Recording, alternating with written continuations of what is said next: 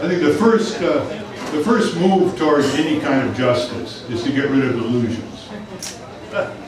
And the first illusion we have to get rid of is that we are democratically governed. We are basically in a fast transition to a functional dictatorship. And the definition of a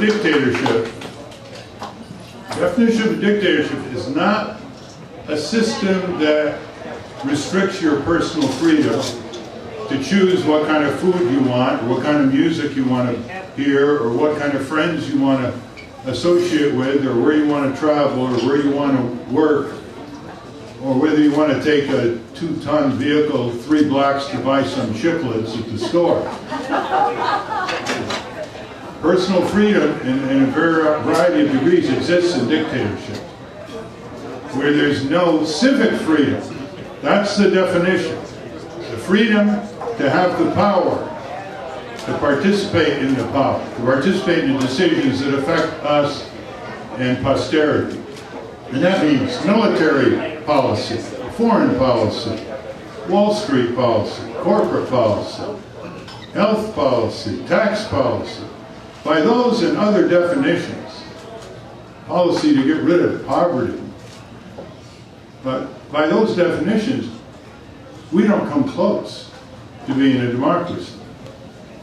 The functional dictatorship that we're operating under is a function of 2 subsets. One is dictatorial rulers who think they can invade, attack, destroy anybody they want in the world, and they can let the corporate supremacists become the corporate conquistadores and drive our country and its economy and workers into the ground. That's one subset. What is the other hand clapping is the withdrawal into personal freedom by the vast majority of the people who feel powerless and they can't do anything about it. So you have 2 illusions. One is the illusion that we're democratically governed, and the other is the illusion that we're powerless. So let's go with you. You'll introduce me to you after. We are not powerless. We are not powerless. The Constitution starts with we the people, not we the corporation.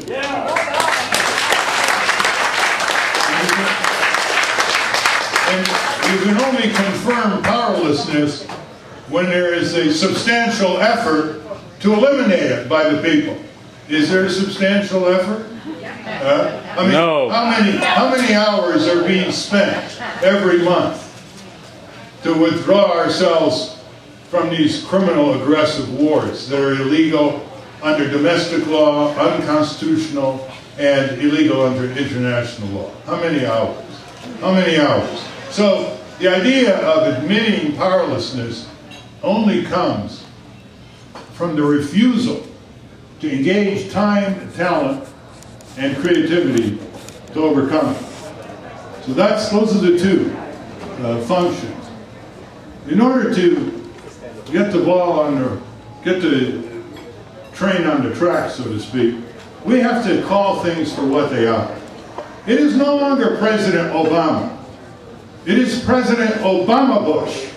A seamless continuity from George W. Bush's criminality, which he inherited and now perpetuates in the following areas. Worse than ever in Afghanistan and Pakistan. He still is not out and has no intention of getting out of Iraq. Well, Bush, rendition. Obama, rendition. Bush, state secrets. Obama, state secrets. Bush, indefinite detention, Guantanamo. Obama, indefinite detention, Guantanamo.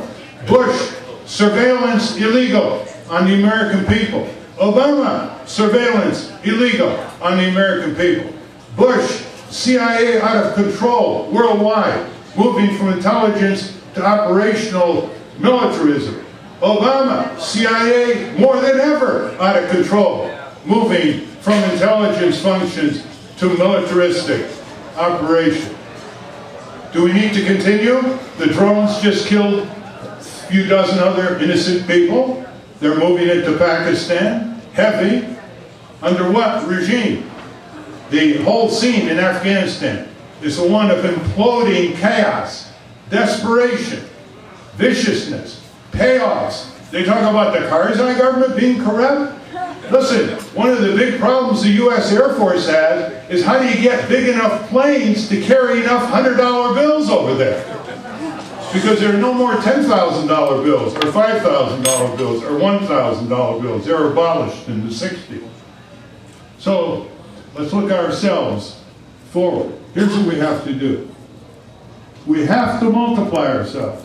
The worst problem is when you join a movement like this, and you spend most of your time talking to each other.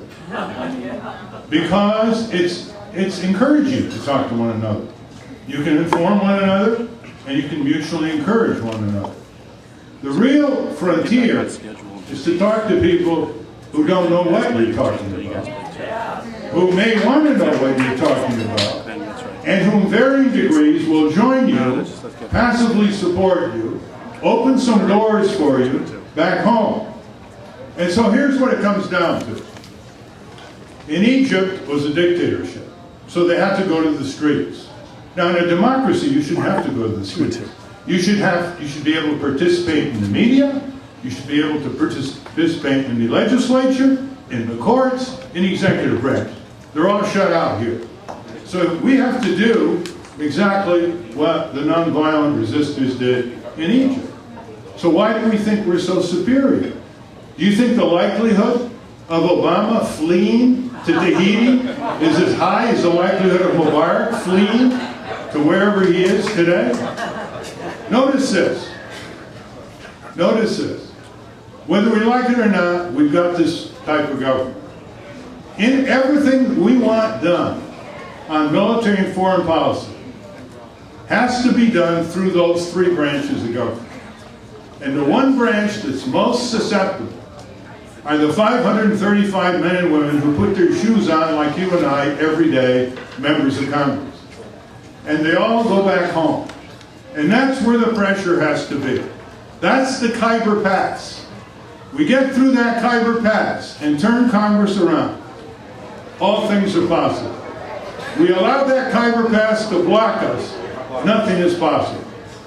Vietnam ended when people marched, Congress heard, and began cutting off the money. Congress can still cut off the money. Right now, this is a high hill to climb. Unless you break it down, and when you go back home, break it down in terms of not just the vigils that many of you participated in, but how do you develop the congressional ram, the ramrod to Congress, sprinkled through the congressional district, which averages 670,000 men, women, and children. Remember, there are only 535. The corporations don't have any votes. They have money. They don't have any votes. Not yet, anyway. We've got the votes. And that's what we have to focus on. We can have all the marches. If we do not zero in that energy from the marches into each congressional district, and you start out with about 95 people on your side. They're the ones who voted for Kucinich's resolution in the House. You're not starting from zero. If we cannot take that energy and channel it zero, laser-like, into the congressional district, we're blowing off steam. And that's the illusion we have to drop. And you'll hear more from this from Chris Hedges and others in the next few minutes. But I do want you to just ponder this issue.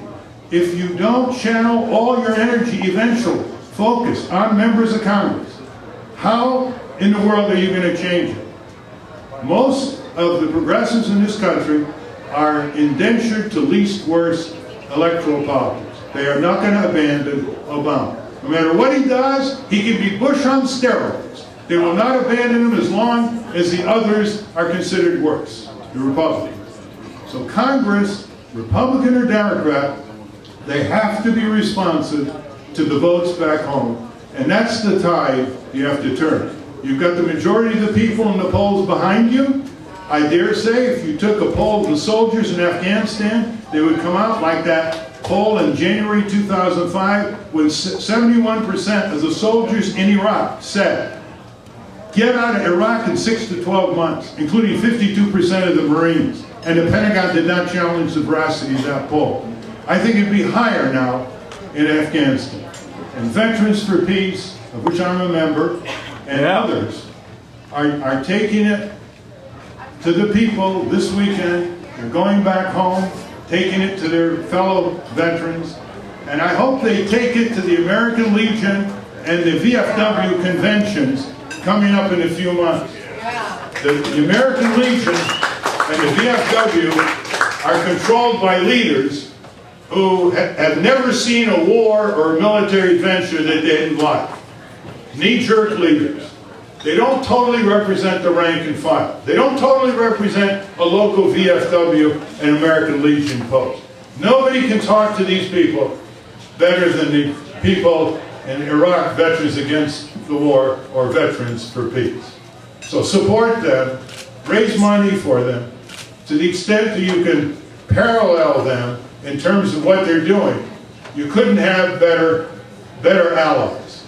These are people who gone through the Second World War in Korea and Vietnam and the more recent, and they know what it's like, and there's no sit-at-home member of the American Legion or the VFW who can gainsay what the experience they have behind their importunities for all veterans to begin being leaders in the quest for peace, which, of course, is what our country should be all about, and is what the greatest leaders in our country have ever spoken about, including some of the military leaders like George Marshall and Eisenhower and others after World War II, after they went through what they went through and what they experienced in World War II. So use that very powerful image that reflects substance in the movement of veterans, and you'll see that